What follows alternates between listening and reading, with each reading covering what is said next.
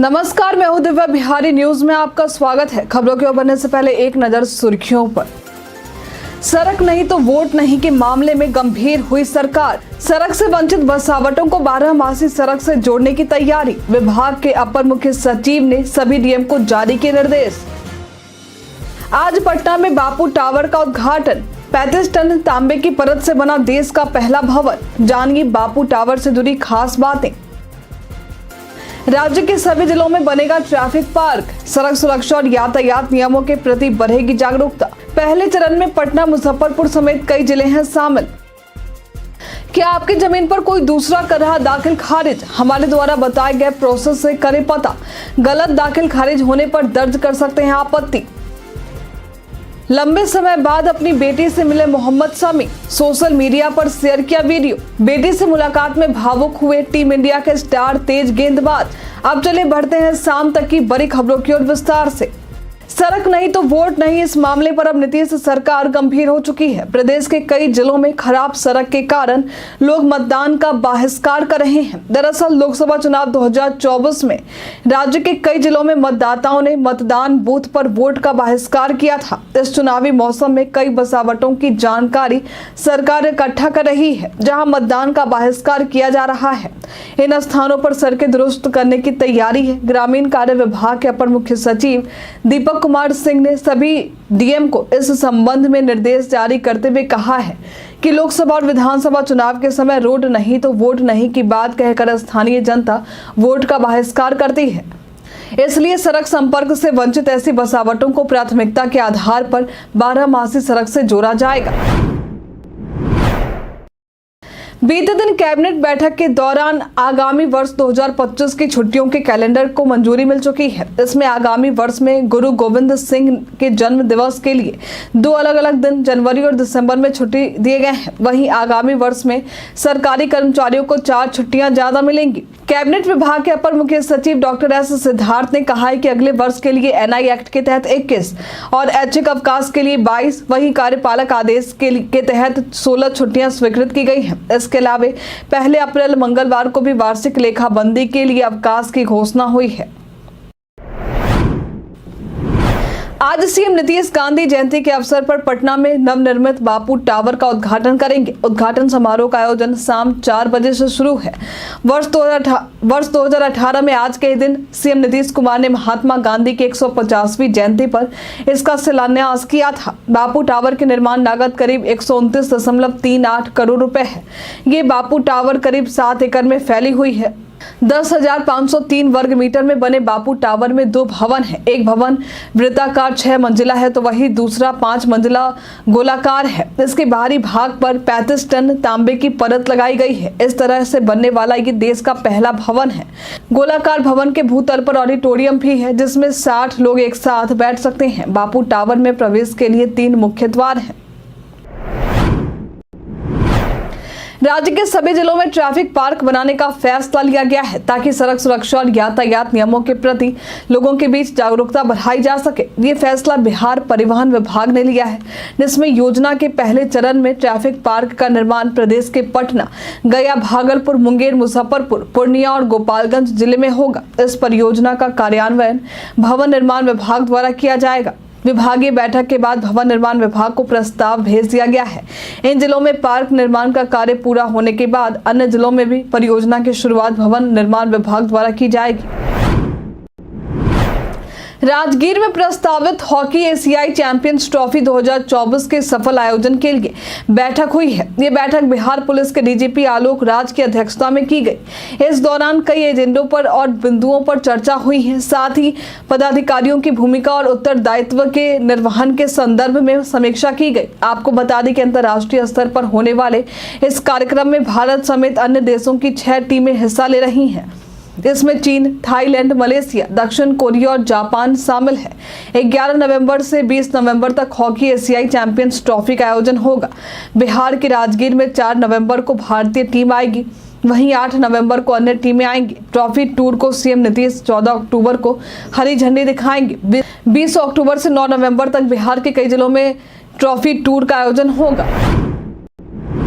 बिहार में जमीन सर्वे चल रहा है। इसी बीच प्लॉट को लेकर एक बड़ी जानकारी सामने आई है, जिसके तहत जमीन मालिक अपने प्लॉट पर किए गए दाखिल खारिज आवेदनों की जानकारी भी ले सकते हैं। यदि इस दौरान किसी गलत या अवैध आवेदनों की जानकारी मिलती है तो उसके खिलाफ जमीन मालिक ऑनलाइन तरीके से आपत्ति भी दर्ज करवा सकते हैं। ये व्यवस्था भूमि सुधार विभाग द्वारा लागू की गई है। यदि कोई आपकी जमीन पर गलत तरीके से दाखिल खारिज की कोशिश करता है तो इस पर आपत्ति दर्ज कर इसे तुरंत रुकवा सकते हैं। दाखिल खारिज की ऑनलाइन स्थिति देखने के लिए आपको परिमार्जन.bihar.gov.in पर जाना होगा।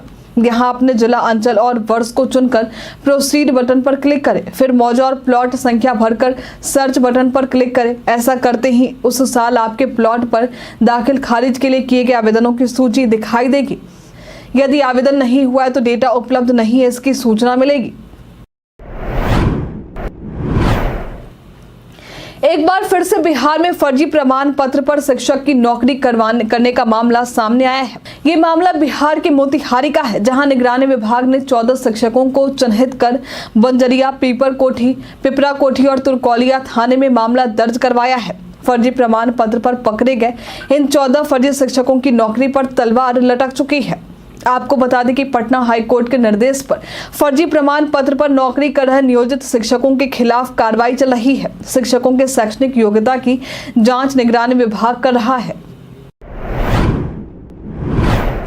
बिजली आपूर्ति को सुचारू बनाने के लिए बिहार सरकार ने बड़ा फैसला लिया है। इस फैसले के तहत 60 करोड़ की लागत से प्रदेश के 12 जिलों में 33 केवी की 24 नई लाइनें बिछाने की मंजूरी दी गई है।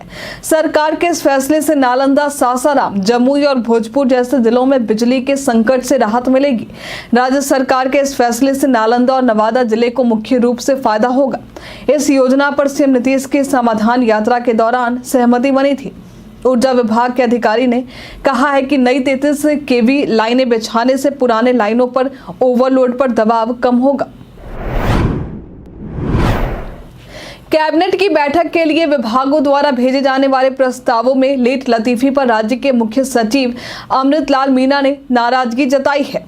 उन्होंने विभागीय प्रधानों के समक्ष नाराजगी जाहिर करते हुए सभी विभागों के अपर मुख्य सचिव, प्रधान सचिव और सचिव को पत्र लिखा है। पत्र के जरिए उन्होंने स्पष्ट करते हुए कहा है कि कैबिनेट को निर्धारित बैठक से 2 दिन पहले हर हाल में संबंधित विभाग अपना संलेख प्रस्ताव निश्चित रूप से मंत्रिमंडल सचिवालय विभाग को भेज दे, जिससे प्रस्ताव की समुचित जांच और समीक्षा कैबिनेट की बैठक से पहले की जा सके। आपको बता दें कि बीते दिन 45 प्रस्तावों पर नीतीश कैबिनेट की बैठक में मुहर लगा है।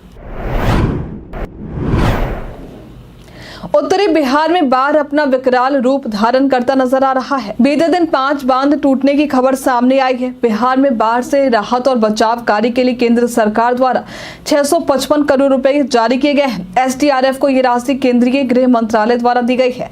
आज केंद्रीय मंत्रियों की टीम बिहार में बाढ़ प्रभावित इलाकों का दौरा करने पहुंची, साथ ही बाढ़ से हुए नुकसान का भी जायजा लिया। आपको बता दें कि राहत कार्य के लिए बाढ़ प्रभावित इलाकों में वायुसेना भी पहुंची है। मिली जानकारी के मुताबिक बिहार में अब तक छोटी बड़ी नदियों पर 18 जगह तटबंध या रिंग बांध क्षतिग्रस्त हुए हैं।